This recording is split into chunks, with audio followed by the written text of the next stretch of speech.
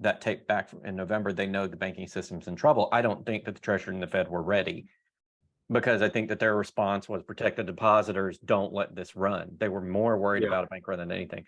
It also, I think, says, Ian, that they're scared. They're scared about a bank run.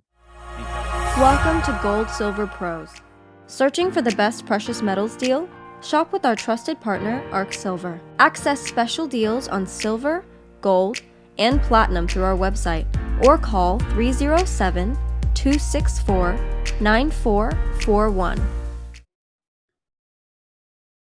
everybody, it's 𝘺𝙀𝘾𝙊𝙈 at �GoldSilverPros.com, and back for his weekly metals market update is Ian Everard from Ark Silver, broadcasting from his shop. Ian, how are you doing today? I'm really good, thanks, Rob. How are you?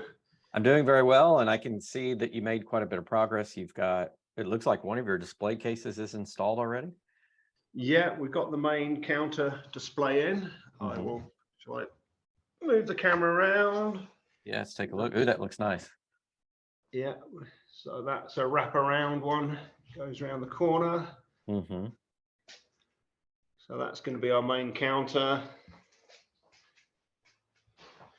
And then if we have any trouble, we've built a cabinet, a gun cabinet in the corner there for whatever we need. Okay.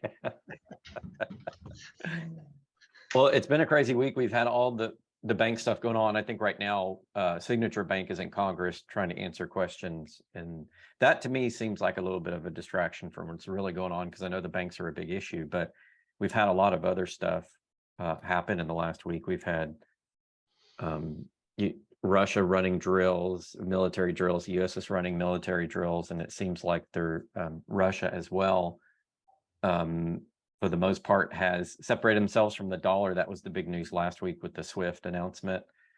So I think geopolitically there's a lot going on, and obviously there's a lot going on in the banking system. So it makes sense why gold and silver are doing well. But what are your thoughts on the environment? Well, sort of just a lot of information going on, but I sense in the public a lot of confusion. Yeah, I think we've reached that tipping point, Rob, where the public has lost confidence in the banking system. And I've heard some commenters say that will last for at least a year. You know, we'd need a year of nothing happening, no bailouts. And there have been bailouts, not bail-ins. We, the taxpayers, are footing the bill. All of the toxic junk has been left behind with the FDIC. Was that they blew over 15% of their whole fund on rescuing one bank. So can we go a year without another bank getting into trouble? I doubt it now, because they were all running on Fugazi, fairy dust. Anyway, it was all smoke and mirrors, just relying on people not withdrawing their deposits. And so now we're in a climate where some people are having to withdraw them to live on, with the ever-rising costs of goods and services. And then people are actually thinking more about what is money. So I think this banking situation is just going to carry on unwinding. I think the best they can hope for is a controlled demolition. Yeah, I got the feeling that they didn't kind of expect it, only because the way they handled it was like they clamped down super quick. They immediately took over the banks. They said, hey, we're going to guarantee depositors. Everybody else, you're SOL. If you're a bondholder, you get nothing. I think it surprised everybody, because typically the bondholders, get talked about being made whole first. They reversed all that, and they made sure to protect the deposit holders, because I think they're trying to protect the deposits in the system. And I think they know if too many deposits come out of the system, whole cards comes crashing down. So I don't get the feeling that they really understood how bad, even themselves, the Fed, for example, and the Treasury, I don't think they understood how bad the banking system was, because it seems like to me they got caught flat-footed and surprised. Even though the FDIC said, that tape back in November, they know the banking system's in trouble, I don't think that the Treasury and the Fed were ready, because I think that their response was protect the depositors, don't let this run. They were more worried about a bank run than anything. It also, I think, says, Ian, that they're scared. They're scared about a bank run, because their response told me they cannot allow people to take cash out of the system. It also would not be good from a CBDC perspective. If people take cash out of the system, they may not want to adopt the CBDCs. So Yeah. their conundrum is they're going to have this bank crash, but they need to funnel people into central bank digital currencies and not into gold, silver, and not into cash. And I think they're going to have a hard time doing that, because I think people taking money out of the banks, I think 550 billion the last 2 weeks, it is a sign that people are going to take cash out when there's a panic. And I think it works against them from the central bank digital currency perspective. Yeah, I mean, there's several things you mentioned there. So they don't even need to bring in a CBDC to go fully digital. They just need to withdraw cash. They do. And cash is practically withdraw. I mean, is there 400 billion left in the banks now? That doesn't go far. I mean, what's that? That's $100 per citizen or less. Excuse me, it's been a long day. My mental maths is not good, but anyway, cash has practically gone away. It has. Yeah. That means that everything else in the system is digits or digital. And it also means, okay, there's lots of various systems, but they are all interconnected. And I'm sure the Treasury and the Fed has got a live feed from all of the different banking systems, so they know who's got what, where, and when it's moving. So are we in a fully digital system? I would argue we are. And we're pretty close now. Yeah. I don't think the government or the Fed are really bothered about precious metals, because it's a tiny percentage. If we behave ourselves, they'll leave us alone. There isn't room for many more people to come into precious metals, really, without the retail supply, the supply from the mints running dry. There's just no real slack. So do you think that precious metals are, a lot of people are afraid they're going to outlaw them, they're going to nationalize the mines, all this good stuff, but do you feel like the American government at this point is like, we don't even care? I almost feel like they don't care about the precious metals people, as long as they can manage the price in derivatives markets. They don't seem to care. They're not passing laws around limiting ownership or anything like that. No, it's the opposite, isn't it? Tennessee, they just voted 98-0 to adopt precious metals as money, and to keep them as state reserves. I think it's 15 states now have taken positive action. So again, it's back to the thing. It's such a tiny amount of perceived wealth at the current valuations. You think it wasn't long ago crypto was worth more, wasn't it? I mean, or just Bitcoin was worth more than all the silver in the world. They'll leave us alone, Rob. And as we've said many times, the advantage of silver is it gets used up. We're using it up and throwing it away. We're using it up and throwing it away. So it's getting more scarce. So it's just a simple, just keep putting it away and it will increase. And at some point, I think dramatically in its purchasing power. But there's not room for many people to flood into it. But it's time we get a genuine flood into it, that's the supplies are gone. We had a little taste of it in the silver squeeze. I had wholesalers turned off their trading platforms. Some said, that's it, we're shut for the day on the Monday. Call us in a couple of days' time and we'll decide if we're going to sell anything. Because they can't, most wholesalers don't actually own much inventory. It's just moving through and their bank owns it in effect. So there is no real massive slack in the system. It's a tiny industry with very few big refiners and mints.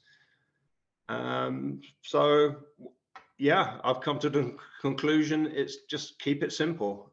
It's real, isn't it? You hold a lump of that, that's real.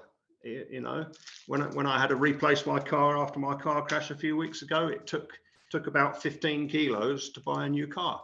Not new, but a decent car. So people say silver is, it's too bulky. Well, I can pick up 15 kilos in one hand. It's not a problem. I can't pick a car up in one hand. So already at the current ridiculously cheap values, it's perfectly suitable for money. Physically, apart from all its other attributes. Silver and gold are, and people think that you need to have a lot more silver and gold. No, you don't. You just need to have the right valuation. And if we had the right valuations over time, silver and gold were allowed to trade via the market, they would be much higher right now. And so if you had bought silver, your grandparents bought silver or gold and passed that down, you would have real wealth and you would have real savings. And so the simple answer to that question is precious metals have to go up in value in fiat dollar terms because they have to account for all the inflation in the fiat dollar, and the derivative markets is how they control those prices so that gold and silver don't go up as much. Now on the other side of that, Ian, I think gold and silver are going to do very well. You've been one of the first people talking about this year, maybe this is when the reset happens or the big crash happens. And I was a little resistant to that, and I didn't see the big bank crash coming right away because I figured it's not going to happen until some other dominoes fall in place. And that's why I think they were a bit surprised by the bank failures. But it does look like you could be correct here. I mean, it could happen this year. We could have the big crash. So I wanted to talk for a moment, Ian, about the other side of that crash and what it looks like. Sure. So let's say you're Sally homemaker and you've bought 100 ounces of silver, and the other side of that crash, silver value goes up because everybody flocks to it. We realize how much is a supply deficit. The public's involved. It's on CNBC. So Sally's like, okay, I need to buy groceries and I need to go, sell my silver. Is coming to you in a local coin dealer your best bet? Or how do people get rid of their silver when it's time to sell? I mean, I think we need to start thinking about that, don't we? We do. But obviously there's multiple things that are going to happen on the way to that. Yeah. One, there's going to be a lot of people. I mean, I have a lot of clients and they expressly tell me, I'm buying this for my grandchildren. Mm-hmm. That tells me they're going to wait till their children are dead. Yeah. It's like, because they don't trust their children to use hard-earned wealth. I mean, it's the same old story. Often it takes 3 generations to make a fortune and 1 generation to lose it. So there's a lot of buying going on to pass down, skipping a generation even. So that's not going to come back onto the market. Mm-hmm. That's privately held, privately stored. Mm-hmm.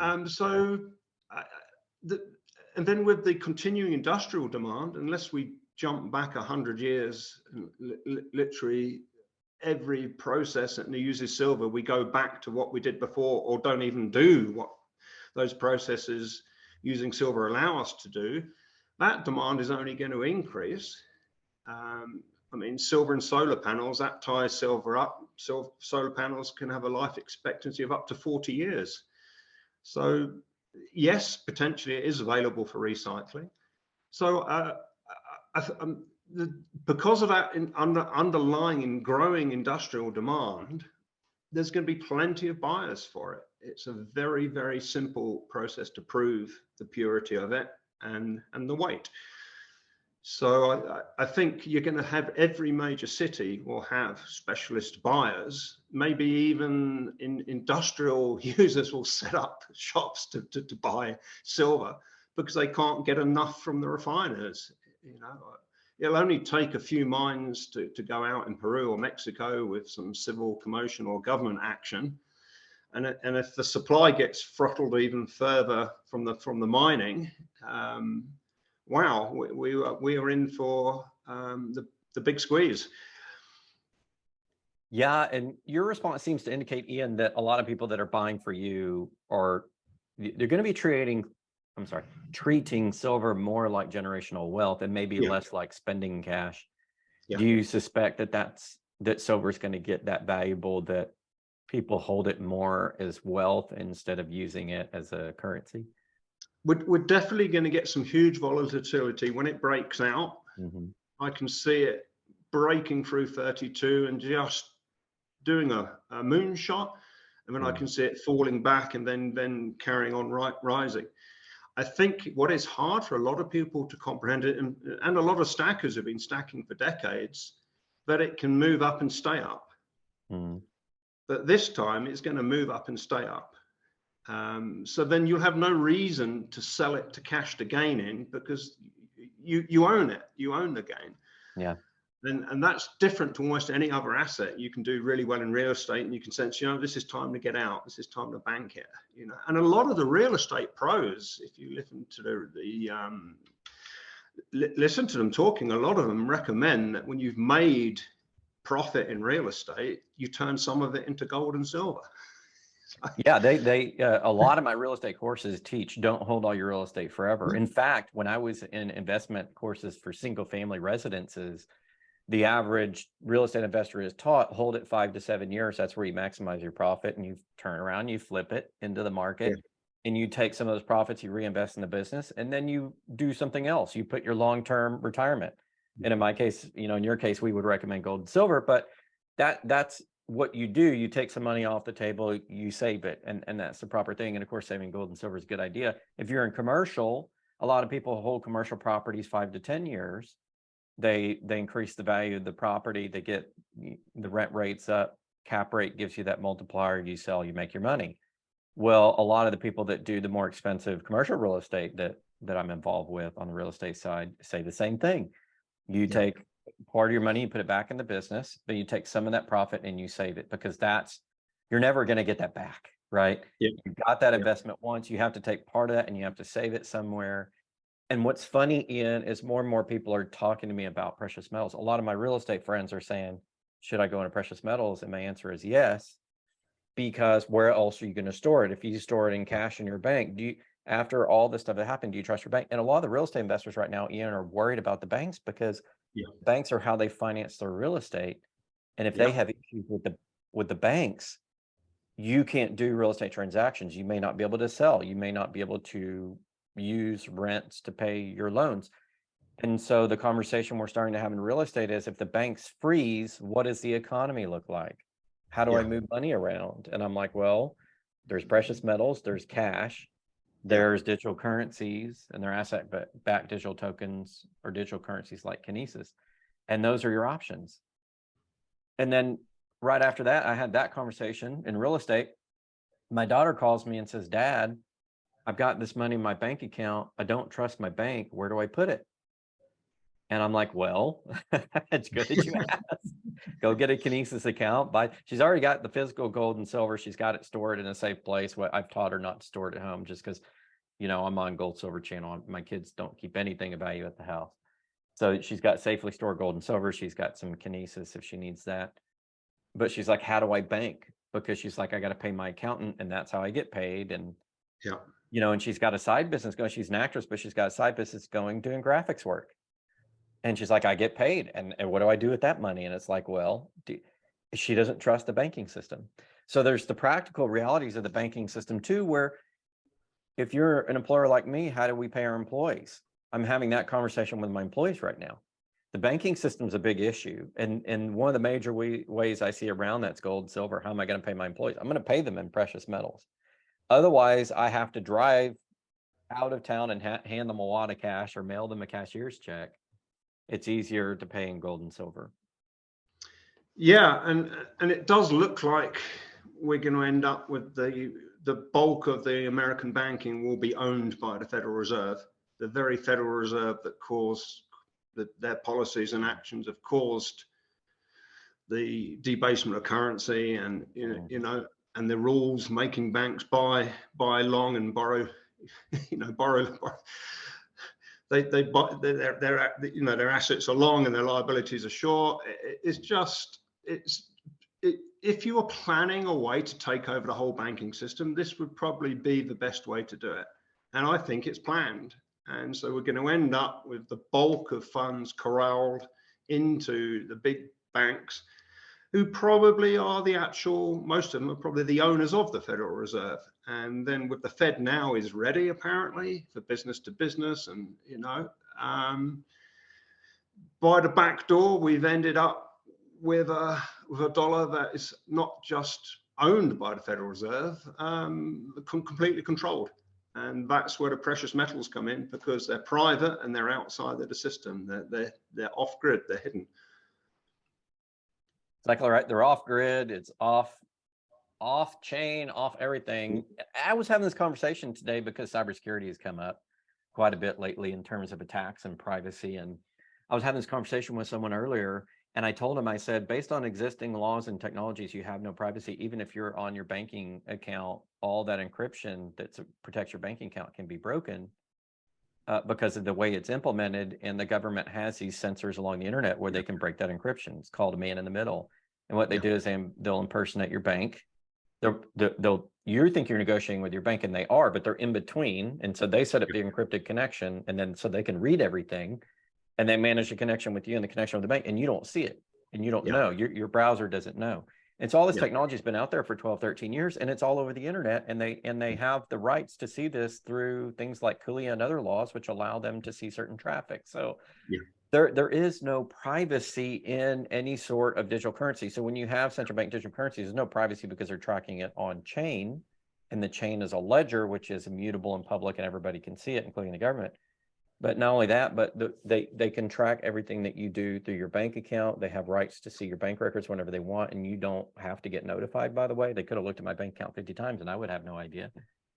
Your credit card. So as you were alluding to earlier, with the advent of all this various forms of electronic money, there is no privacy. And the only way to be private is through cash. There's some sort of physical money. And as they get rid of the dollars and they go to digital currency, the only thing you'll have is gold and silver, I think, is how it's going to be. And that's the only way that you'll have any privacy if, all these systems come to fruition, like they say. And last thing I want to say here, it's either June or July. Fed is turning on the FedNow system. That's step one, basically, of Skynet, or at least of the currency portion of Skynet, of the new society, of the Star Trek society that they put out there, which is the moneyless society, the valueless society. And if you think about it, for sure, Mexico is going to come under, all the NAFTA countries are going to come under that. They'll have to stay. They have to, because the trade agreements are going to force them into it. So you add North America, Canada, Mexico. I'm pretty certain Britain is going to join, Japan.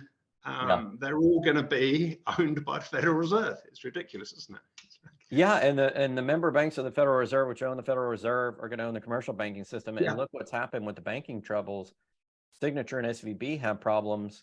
Credit Suisse has problems, and they all get absorbed up into the bigger banks. UBS is bigger than Credit Suisse. It absorbs them at pennies on the dollar, $3 billion. 1/100th of Credit Suisse's value not long ago. In fact, not long ago, Credit Suisse was a lot more.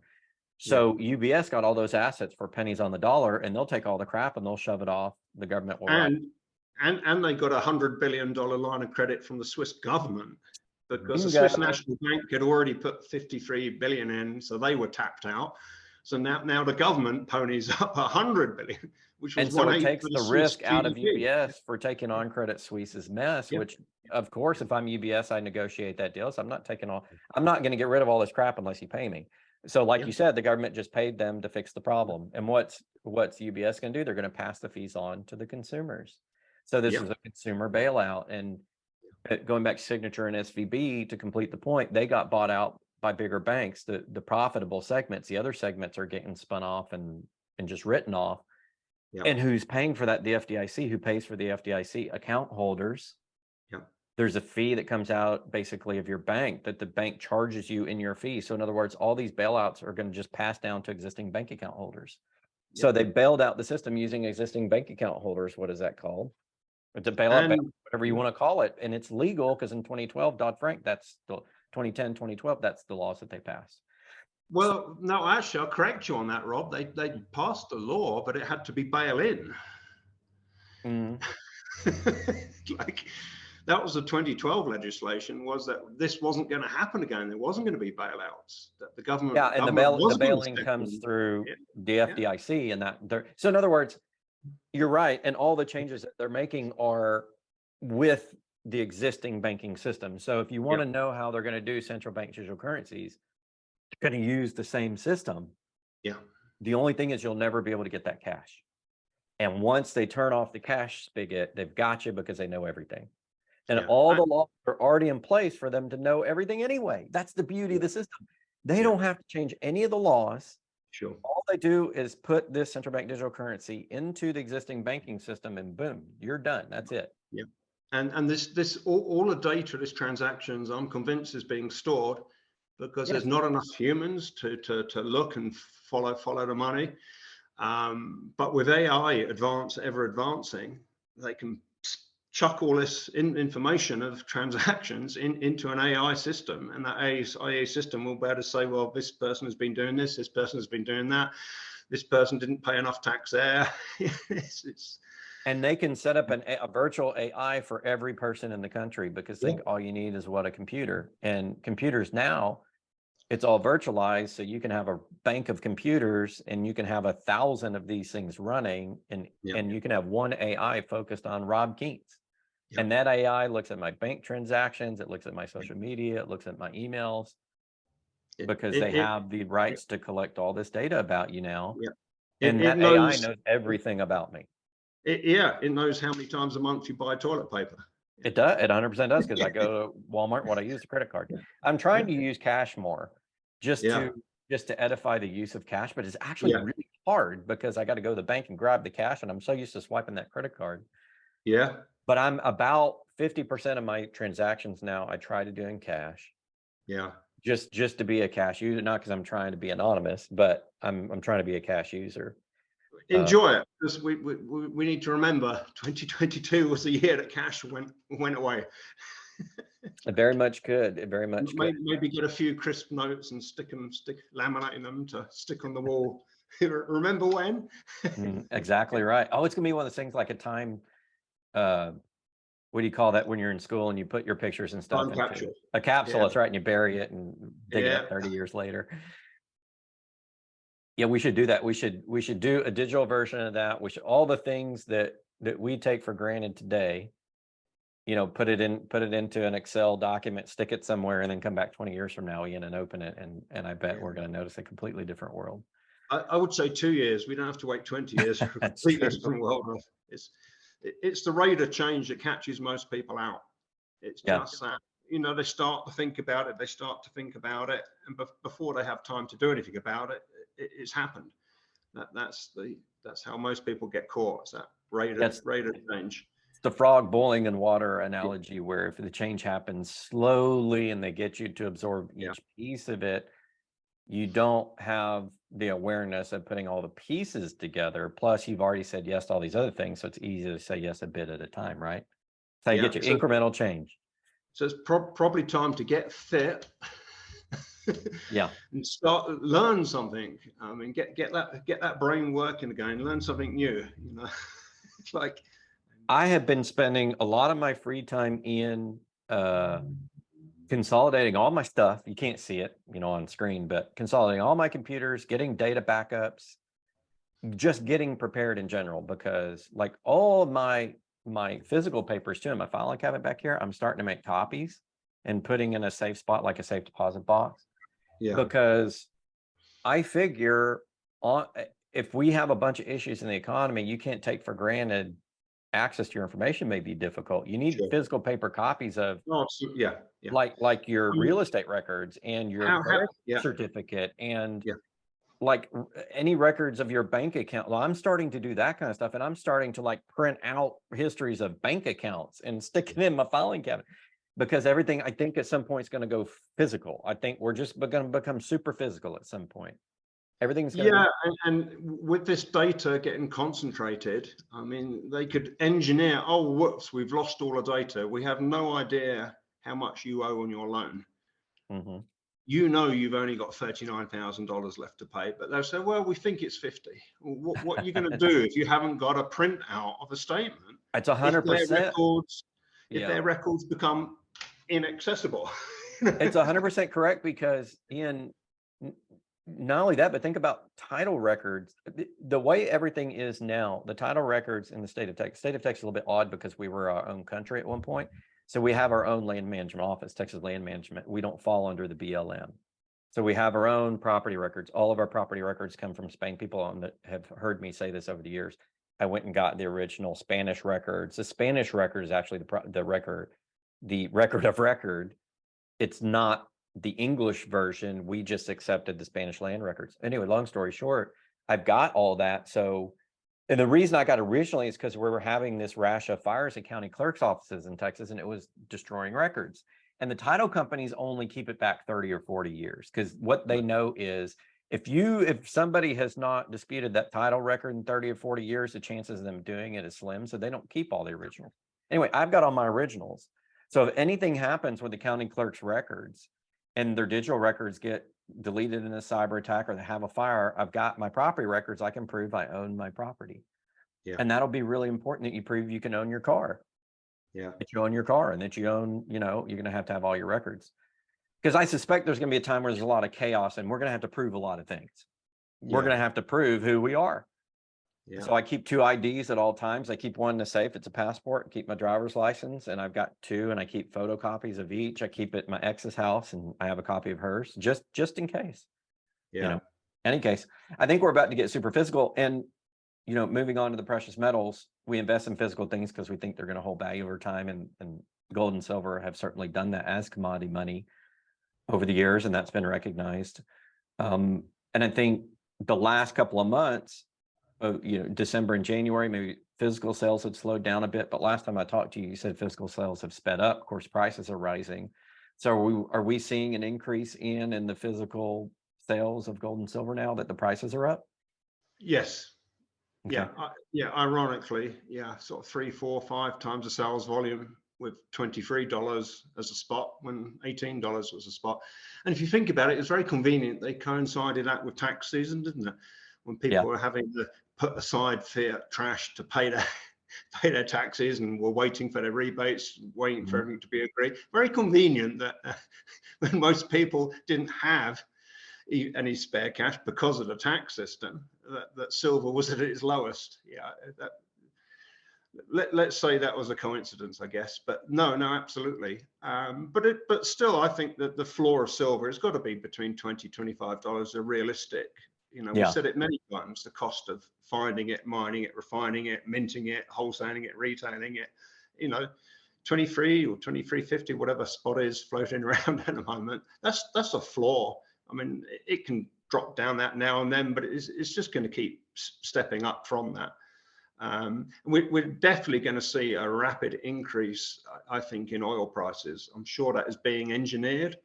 There's a deliberate macro policy to destroy the northern Russian oil fields, let them freeze up, and that will get lost for decades. And then that alone will put oil to $200 a barrel. And then when that happens, the cost of mining goes up by 50%. If oil doubles, it's half the cost of a lot of mines, just raw diesel. Touching on that for just a moment, energy, especially petroleum, because diesel is used to power a lot of these distant mines that don't have power lines. There's a lot of money that goes into probably 50. I think I saw a statistic, 50 or 60% of mining is done off of diesel mostly. It's run in a remote section where they don't have hydroelectric or grid power, and they're running it off of generators.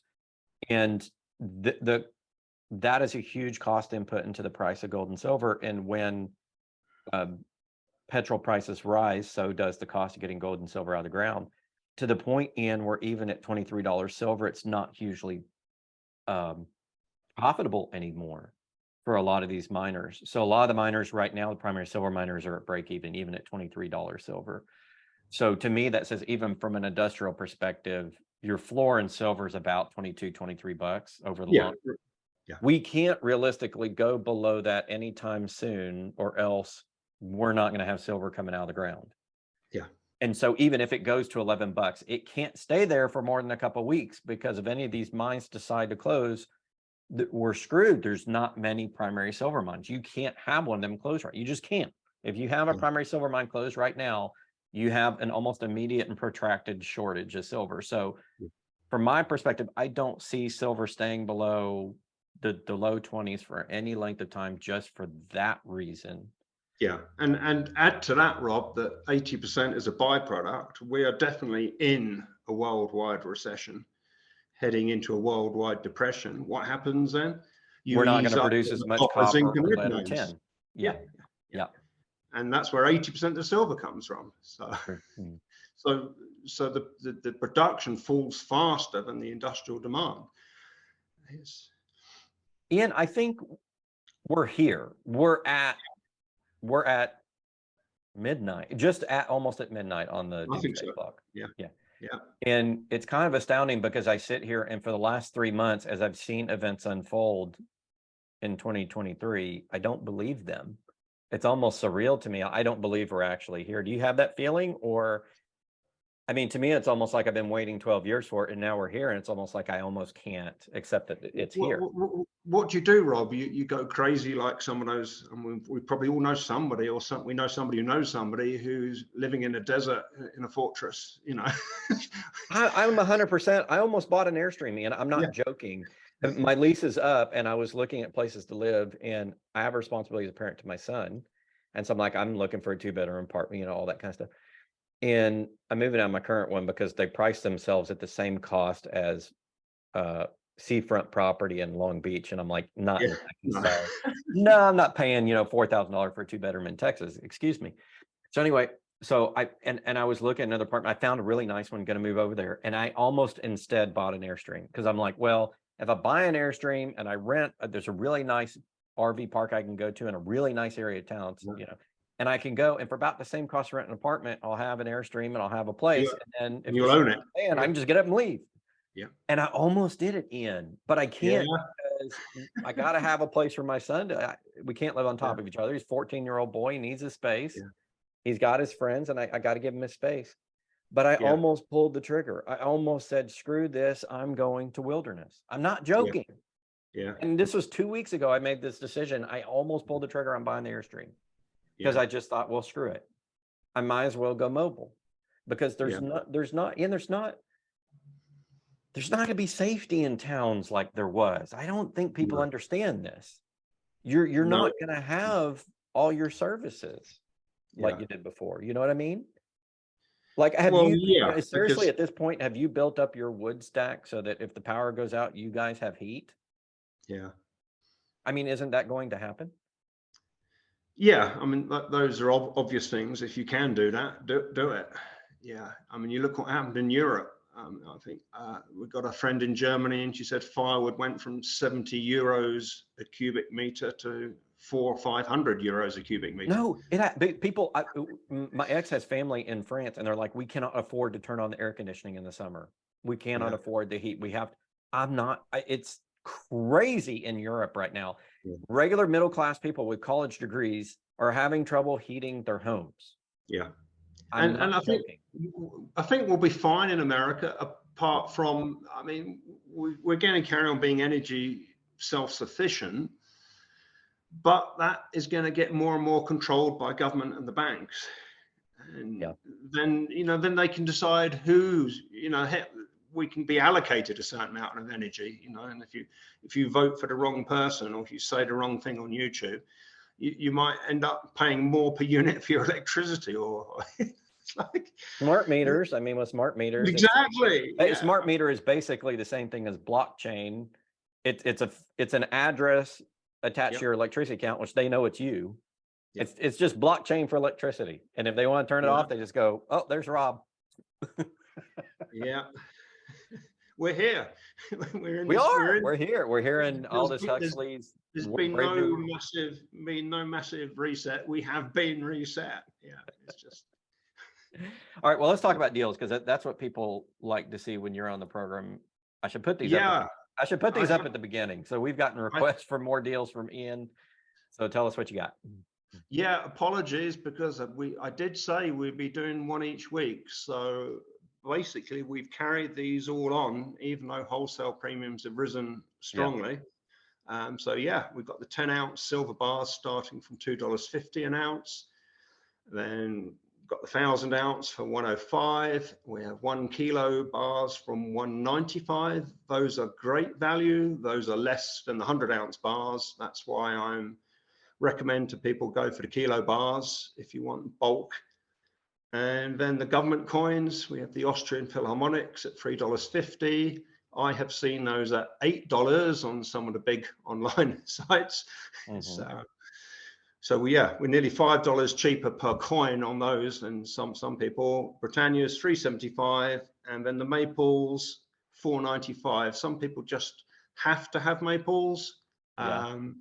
But I would say forget the Eagles. Premium's just gone crazy. I'm not playing that game again. I'm not going to stock them whilst the wholesale premiums are this high.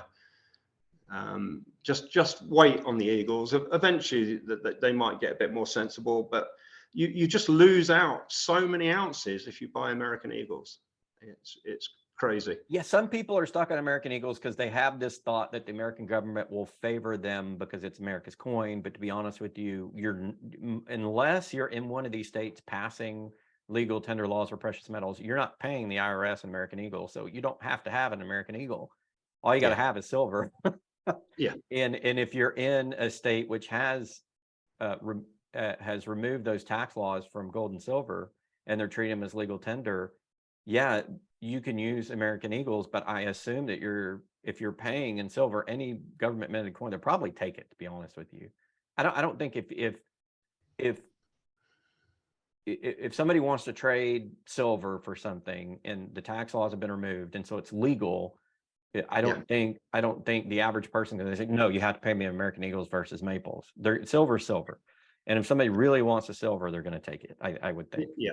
It's not worth paying more than $2 more than a maple. And unfortunately, what you can see, the maples have risen because the eagle prices pulls up the maples, and the maples pull up the Britannias and the 𝘾𝙀𝘾𝙊 and all the other government coins get pulled up, and then that pulls up the prices of the 1 ounce rounds and the bars. So I think it's deliberate policy to tie the US Mint. They have to pay a below market price for the blanks. So Sunshine Mint doesn't want to, no incentive to crank up and make more blanks for them. Sunshine Mint has been providing less blanks to the US Mint. I've heard several retail dealers tell me that.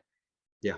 And I think one of the wholesalers told me that Sunshine Mint does not like supplying the government because they don't pay full price. And with silver being so cheap because of the derivative market, Sunshine Mint's losing money so they don't want to lose a government account because it's a big account, but they don't want to lose money either. Yeah. So I mean, I think I've heard figures as low as 1 million a month, US Eagles being made. Mm-hmm. Well, I mean, little Armenia in Europe makes 8 million Armenian Noah's Arks a year. I mean, they're going to overtake the US Eagle production. It's like... The leader of the free world no longer produces constitutional. Yeah. But they priced it low in the derivative markets, and then they bid it down at the mints where they're not paying people enough to supply it. So essentially they've bid out good money out of the system in favor of the dollar, essentially. Yeah. But for whatever reason, we are allowed to indulge in the purchase of precious metals. So I would just tell everybody, just do it whilst you can, get it done. So anybody wants the metals, they can reach out to Ian directly at arksilver.com. But if it does help the program if you let people know that you come from Gold Silver Pros.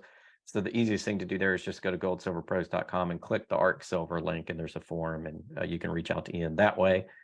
Any last thoughts, Ian, before we wrap this one up? Yeah, sure. When people do, give as much information if there's a particular product that you're looking for. That just the more ways you can think of saving me time, the quicker I can get through the inquiries. Yeah. Okay. But stay happy. I mean, heck, it'd be easy to get depressed. It'd be easy to go crazy, and it'd be easy to go and buy another 1,000 rounds of ammo, and but let's stay positive and stay healthy and make new friends. Try and make a new friend each week. Heck, that would be a good challenge, wouldn't it? Make a new friend each week.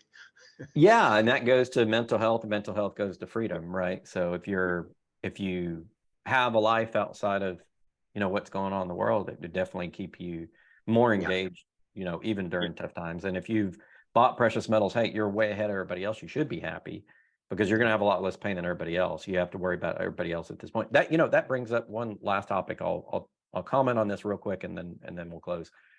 Somebody just emailed me and was talking about this subject. What about my family and friends that aren't listening? And I said, well, at the end of the day, all you can do is try to help them. If they don't want to listen, it's on them. But what you don't want to do is advertise that you're running around with a bunch of precious metals and supplies, because who are they going to come to? They're going to come to you. So at some point, you have to make that decision to say, I've done enough to help my friends and family. I've got to protect myself. And don't we all have to do that at some point, Ian? We got to. Well, absolutely. And let's finish on a real funny note. I've got a real good Texan friend, and I was at his house, and he said, I'm making sure all of my friends, even acquaintances, buy precious metals. Yeah. Because, you know his reason? He said, because I don't want to have to shoot them if they come looking for mine. That's right. That is a very Texan story. Just, okay, you can say, okay, I've told you, if you don't want to buy any, you come looking for mine, I'll shoot you. Yeah, that is 100% a Texas story. We have the history in Texas. It goes back to the ranchers and farmers. And my family was this, and I grew up, you know, with the absolute pleasure of learning how to feed pigs and raise crops in my summers. And it was a great education because it taught you about the land and it taught you about hard work. And, you know, I love my family for that.